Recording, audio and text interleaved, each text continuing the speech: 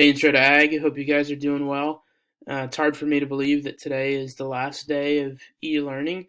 It went fast, and it's hard for all of us to kind of fathom that, as good of a year as what we were having, that it got cut short, and now here we are, right before summer break. But nonetheless, we're here, and I want you to know that I've had um, a great time teaching you guys, and I'm thankful for the opportunity that we did have together, and I hope that I will see you all again next year. If not, if you're graduating and moving on, I wish you the best, and I hope that you still continue to reach out and stay in touch. Plan for today, pretty simple.